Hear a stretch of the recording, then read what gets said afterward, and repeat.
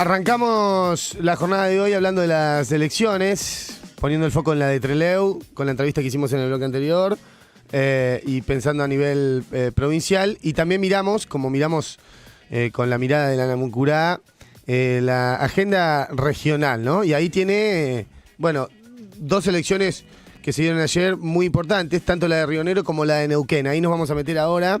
Tenemos en línea, quienes siguen la transmisión vía el canal de YouTube la pueden ver, además de escuchar, a Maitén Cañicul, de FM Che, de Junín de los Andes. Maitén, es un gusto charlar de nuevo con vos. ¿Cómo va?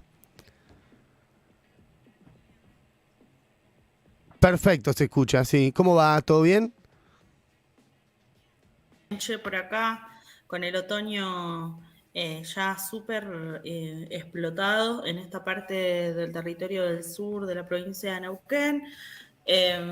No sabía que se podía ver por YouTube. Todos los días se aprende algo. Estoy ahora en Claro. estos momentos en lo que es el nuevo edificio de la radio comunitaria Che. Estamos ahí en proceso de mudanza, así que muy contentos, contentas. Después de 19 años, 20 años, logramos conseguir nuestro espacio propio y estamos acá. Pegamos ladrillo por ladrillo, así que con una alegría enorme y en ese proceso también. Qué grande, me imagino la emoción. La audiencia tiene que saber, me parece interesante contarle que FM Che integra junto con nosotros, obviamente, y las demás radios que forman parte del Foro Argentino de Radios Comunitarias, que, bueno, tiene este tipo de expresiones de medios alternativos, comunitarios, populares. Ahora nos metemos en la elección de Neuquén, pero que empezamos por ahí. ¿Cuál sería el fin, cuál sería la génesis de FM Che? Mira, vengo medio sentimental estos días respecto a eso. Yo soy Sí. parte de la FMC desde la fundación, entonces el sábado tuvimos una matea abierta acá y le contaba a los pibes y las pibas que vinieron.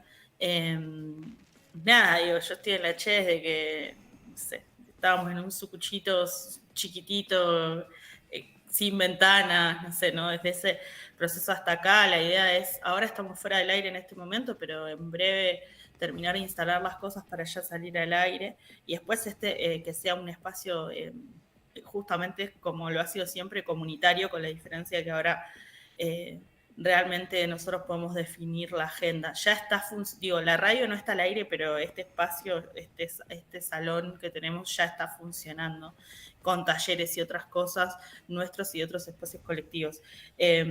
Como decías vos, somos parte del Foro Argentino de Radios Comunitarias, hay un sinfín de historias como las nuestras. Así que nada, ahora esperando como materializar la salida al aire, pero también tratando de estar tranquilas porque, bueno, es un proceso, lleva mucho tiempo y sobre todo en estos días, a propósito de las elecciones, que es el tema que nos convoca hoy, Sí. son tiempos muy difíciles para los pueblos en este país.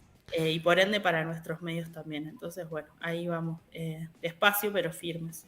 Bueno, es un montón. Y celebramos y nos ponemos re contentos que avancen y se mantengan y se construyan las bases de esta comunicación que militamos, ¿no?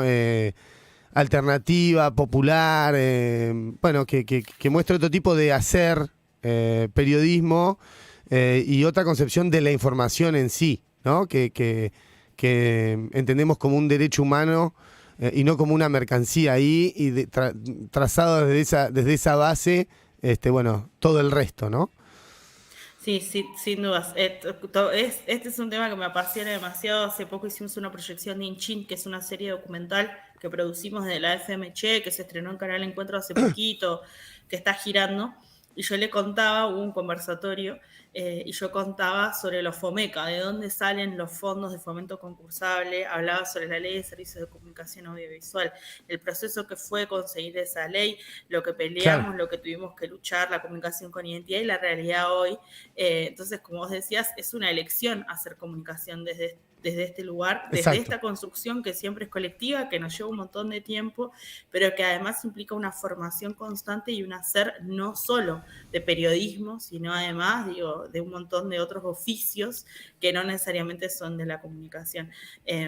Así que bueno, en eso estamos y también desde ese lugar les vamos a compartir las informaciones hoy respecto a estas elecciones que, bueno, sucedieron aquí en Neuquén Sí. y también en la provincia de Río Negro. Bueno, Maiten, ¿cómo analizamos lo que sucedió ayer en Neuquén? Me interesa sobre todo escucharte la relación si es que vos estableces, o ustedes establecen una relación con Vaca Muerta, ¿no?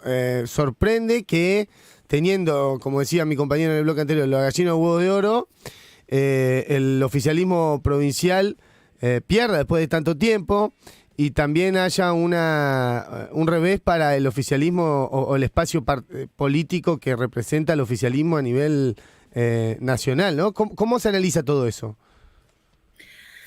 Mira, es difícil porque si bien hay como un análisis de que fue un hecho histórico que no haya ganado el Movimiento Popular Neuquino la gobernación, hay que decir que Rolando Figueroa viene de las entrañas del Movimiento Popular Neuquino, ¿no?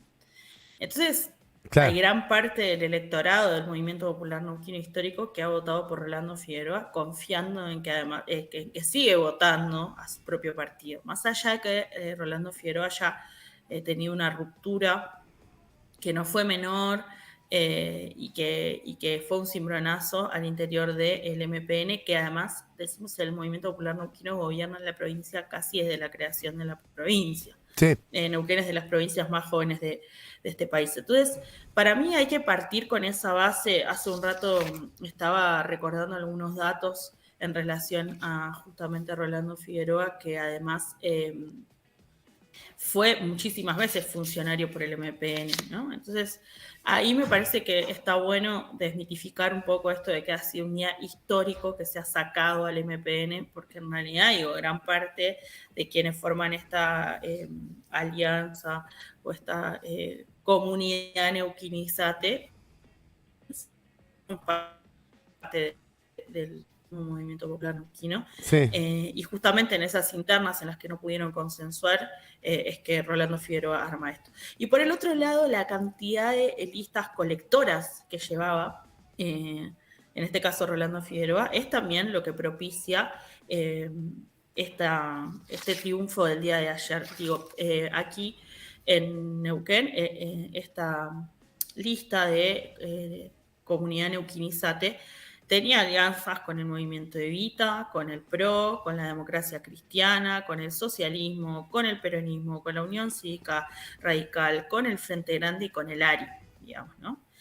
Entonces, quienes fueron a votar ayer en las listas, vos digamos, votabas por el ARI, pero si votabas lista única, por poner un ejemplo, estabas votando a Rolando Figueroa.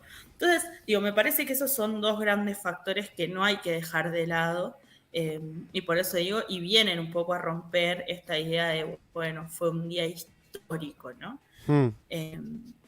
Desde ahí me parece que es importante porque como vos bien decías, digo, la gallina de los huevos de oro, hay algo que sí sucedió acá muchísimo y es, digo, justo estos días nos preguntábamos con las pibas acá en la radio trabajando, ¿de dónde sale la guita de todo lo que implica la propaganda de campaña? Digo, vos Claro. abrías cualquier página de internet de Neuquén y te aparecían publicidades de Rolando Figueroa. Entonces, hay una alianza con ese sector petrolero que seguramente, digo, las empresas, sobre todo las empresas ligadas al extractivismo petrolero, pusieron plata en los dos lados, ¿no? Como, bueno, un Claro, como poco para el acostumbran. Movimiento Popular Neuquino, otro poco para Rolando Figueroa.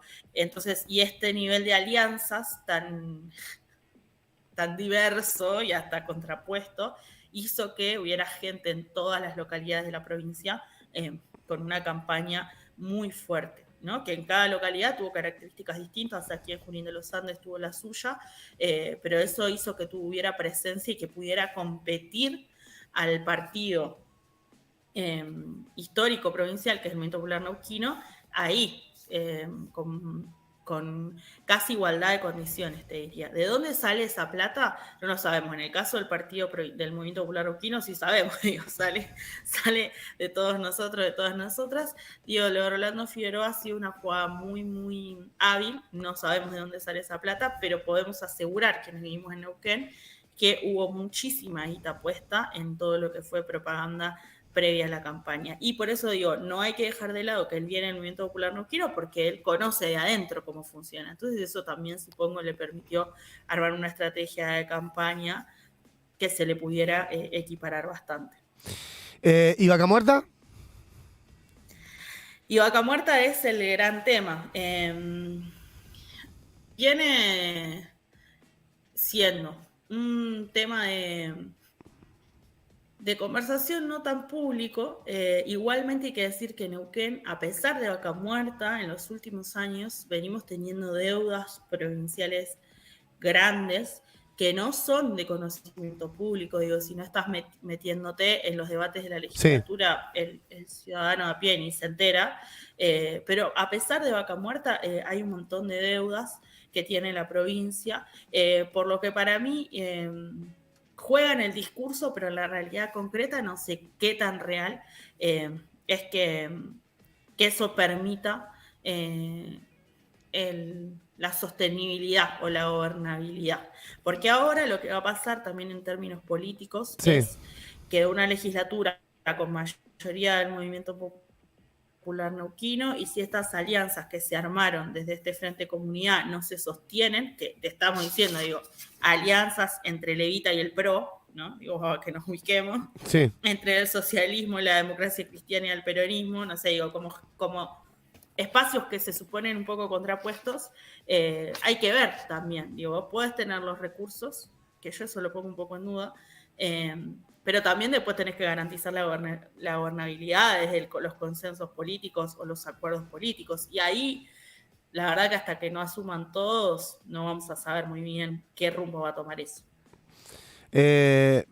Bueno, es un buen punto. Lo que sí a nosotros por lo menos lo traíamos arriba de la mesa era que a pesar de Vaca Muerta, evidentemente el neuquino promedio no ve una mejora en su calidad de vida, a pesar de tener este motor que nos presentan así de la producción nacional, ¿no? Como los datos los últimos datos de medición de pobreza lo demuestran, ¿no? En Neuquén, la provincia más pobre de la Patagonia, y evidentemente ahí hay una disconformidad de la mayoría de la población, ¿no? Sí, sin dudas, es que para mí por eso ahí es importante el rol de la comunicación, porque digo, Vaca Muerta figura en los discursos, pero si uno ve los números no produce mayores ganancias. Digo, si lo queremos poner en términos bien capitalistas, A ¿no? ver. Hay un trabajo interesante, muchos trabajos interesantes hechos por compañeros del Observatorio Petrolero Sur. Sí. Les recomendamos a la gente. Lo seguimos, es muy interesante. Bueno, Hemos entrevistado a los chicos que trabajan ahí. y ellos todo el tiempo plantean esto. En realidad hay un discurso grandilocuente de lo que genera Vaca Muerta, y lo cierto es que Vaca Muerta genera para las empresas, pero es muy poco lo que esa ganancia entra a las arcas estatales provinciales, ¿no? ¿Cómo puede Digo, ser? las empresas explotan los territorios, pero no pagan impuestos, o pagan impuestos que son paupérrimos, ¿no? Claro. Entonces, eso es lo que también, por eso es importante desde dónde hacemos comunicación y qué informamos y qué información transmitimos, porque eso es lo que muchas veces las personas desconocen, las personas de a pie, las que, no sé, estamos laburando, tenemos nuestras cosas y no estamos pendientes de las noticias ni leyendo. Digo, hay como un paquete armado históricamente en relación al extractivismo en general, pero concretamente en Neuquén y sobre Vaca Muerta a nivel nacional, regional y hasta provincial, que no deja de ser un mero discurso hacia afuera, pero en términos reales y en términos numéricos, Vaca Muerta produce y genera ganancias para las empresas, y esa ganancia no está repartida equitativamente entre las empresas y el Estado como debería, o como también muchos suponen que sucede. Hace un rato estaba leyendo una nota en donde se hablaba de el crecimiento demográfico que ha tenido Neuquén, en donde se calcula que según el último censo y las estadísticas dan que alrededor de 40 personas nuevas por día están en la provincia, ¿no? Entonces, eso también, ese crecimiento demográfico que viene siendo exponencial, viene explotando sobre todo las ciudades del Alto Valle, pero también los interiores.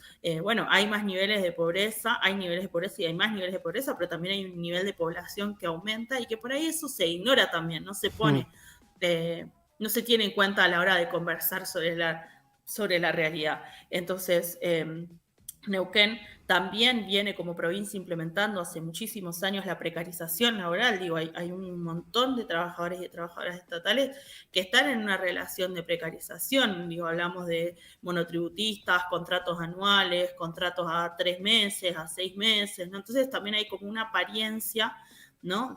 de una planta, por ejemplo, estatal gigante que no es tal, porque en realidad, digo, la precarización laboral permite que eso empiece y se termine. Y gran parte de la preocupación y de las disputas que se dan en el marco de las elecciones es por parte de esos trabajadores y trabajadoras precarizados. Digo, a ver quién gana y a ver qué rumbo va a tomar ahora, qué rumbos van a tomar todas las dependencias del Estado provincial. Está interesante eso que decís, porque derriba también ese mito bueno, ya que evidentemente hay que repetirlo porque no lo hemos aprendido, de el falso derrame, ¿no? No quiere decir que si al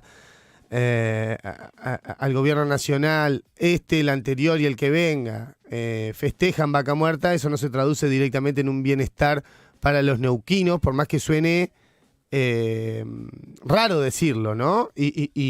Y además, con los puestos de trabajo que genera la actividad, con los sueldos altísimos que paga, ¿no? El otro día contamos acá al aire como ejemplo, que está bien, digo, el laburante tiene que ganar, obviamente, una buena guita, si no, ¿de qué sirve todo eso? Pero bueno, un chofer haciendo horas extra gana 1 millón de pesos en Vaca Muerta por mes. Un salario de lujo comparado con cualquier otra actividad en cualquier otro lugar del país, ¿no? Bueno, me parece que todo eso Sí. también tiene como un baño de realidad a la hora de votar. Sí, para mí hay varias cosas ahí a tener en cuenta. Por un lado, esto que hablábamos de lo real o no real que hay en las ganancias. Después, obvio, esta teoría del derrame que no existe y por eso es importante todo el tiempo poner sobre la balanza esta situación, sobre todo económica, que suele ser mentirosa. Después, digo, de las deudas provinciales no vas a encontrar ningún funcionario público que hable, pero Neuquén tiene créditos que a finales del año pasado, del anterior, tuvo que ir como pidiendo prórrogas en los pagos. Digo, porque también esto de suponer que se tiene más plata hace que se gaste más plata, ¿no? Claro. Y también, digo, hablar de los costos de vida, vos decías un sueldo, un salario de 1 millón de pesos. Y bueno, depende a qué precio, porque, no sé, le contamos a la gente, alquilar en la localidad en la que nosotros vivimos, en Junín de los Andes, un espacio con 2 habitaciones está arriba de 100.000 pesos, ¿no? Entonces, eso, para entrar a un alquiler un es 3 ambientes, digamos. el mes de, claro, arriba de 100.000 pesos. Como barato, ¿no? Como barato. Entonces, digo, también esta cosa de lo que se vende y de lo que se dice, en la realidad nuestra se traduce en costos de vida altísimos, que casi nadie puede pagar. Sumado a esto que decíamos del crecimiento demográfico, digo, en Neuquén estamos viendo, en Neuquén capital sobre todo, familias enteras en situación de calle, en todo lo que es ese cordón del Alto Valle de Río Negro y Neuquén, no sé, un montón de realidades que durante muchos años, sobre todo durante la década de los 90, en Neuquén parecían como una cosa lejanísima, ¿no? Como una realidad que no era parte de esta provincia y sin embargo sí lo está haciendo, producto también, digo, de esto, de lo que se vende hacia afuera y de lo que realmente está sucediendo en el territorio. Se me estaba yendo una idea Sí. que mientras te escuchaba decía como qué importante poder desarrollar o desmitificar estas teorías como la teoría del derrame, pero también decía, bueno, un chofer en Vaca Muerta, bueno, ¿cuántos choferes hay?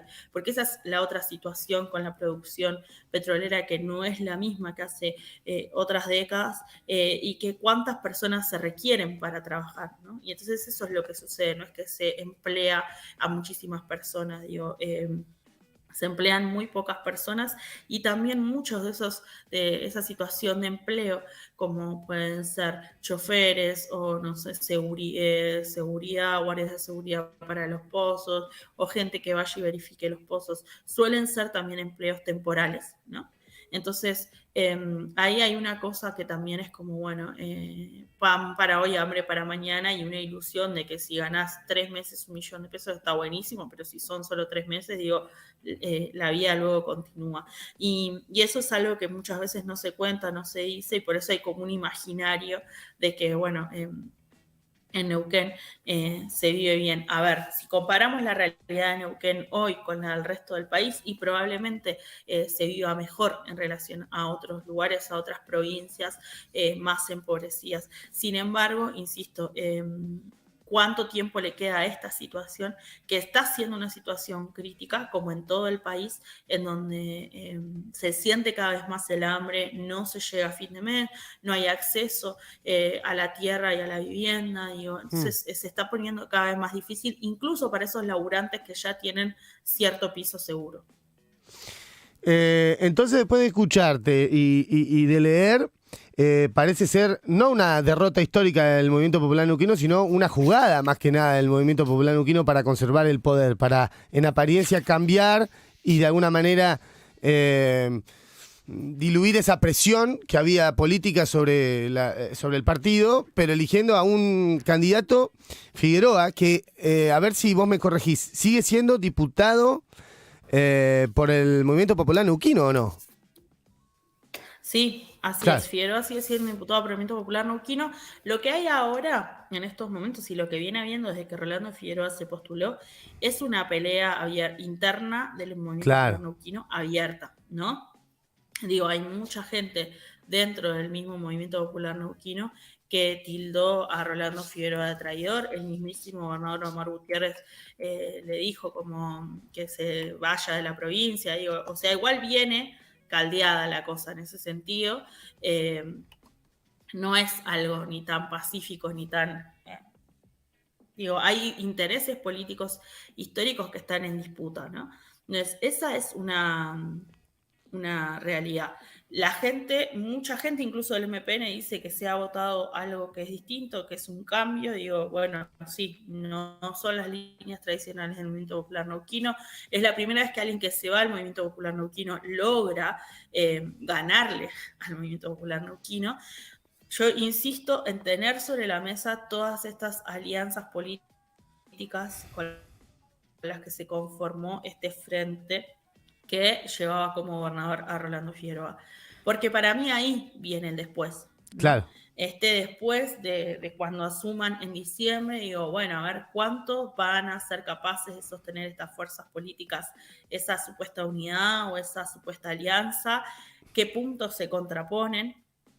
¿Qué va a suceder? Esto que te decía, con la cantidad de trabajadores y trabajadoras de planta política que existen en esta provincia, en todas las dependencias ministeriales, provinciales.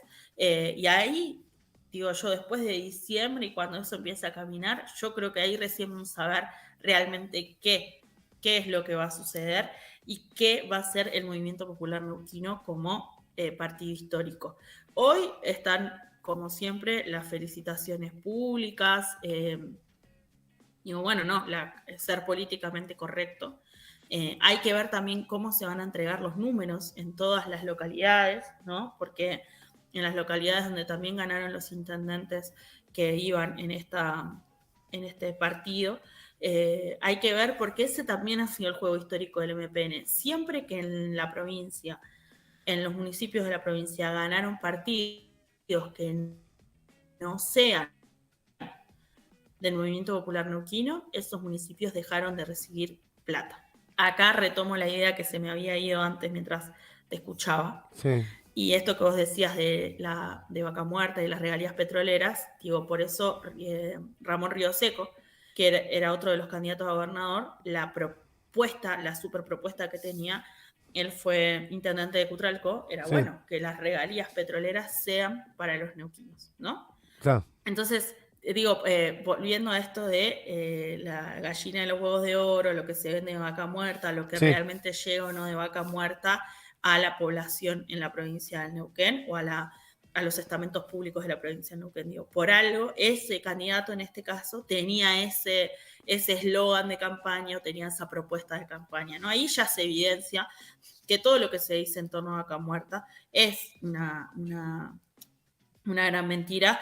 Y eso, digo, solo si hablamos de la distribución de los recursos económicos. Si ponemos sobre la mesa, además, la calidad de vida, el derecho a las comunidades mapuche, en este caso, pueblo preexistente a los estados, si ponemos sobre la mesa el derecho de las comunidades y los pueblos que viven en la zona petrolera a tener garantizado el derecho a la salud, a la educación, al ambiente, a la alimentación, digo, bueno, eso yo creo que casi ningún partido político hoy es un tema que toca, ¿no? Sí se toca esto de, bueno, ¿para dónde va el recurso? La cuestión de la plata se toca, ¿no? Bueno, nos están estafando, nos están robando. Ahora, hablar sobre la matriz productiva y cómo eso impacta, la matriz productiva extractivista impacta en las vías a largo plazo de los pueblos, es algo que casi nadie habló. Por eso claro. también hay muchos sectores muy enojados porque es como, bueno, al final de repente parecía que todos los que en Neuquén durante muchísimos años, en mi adolescencia, recuerdo, lo hablábamos con los compañeros y las compañeras de la radio estos días, la consigna era basta de MPN, ¿no?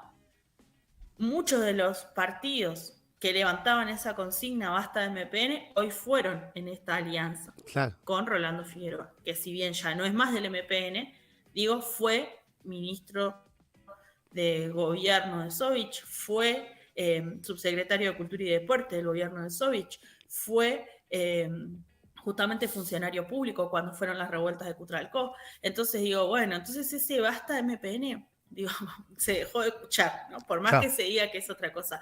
Y ahí me parece que es algo interesante analizar en términos políticos, porque, bueno, es qué nos pasa también y qué les ha pasado a esos sectores que se decían disidentes del MPN o oposición al MPN cuando hoy ganan con uno de los Sovich Boys, ¿no? Le decían al grupito de militancia en el que estaba Rolando Figueroa en la universidad. Como para que nos demos una idea, ¿no? Digo, me parece que la memoria es recontra importante porque si no, si nos quedamos con los titulares que vienen saliendo y bueno, decís, che, mirá, por fin Sí.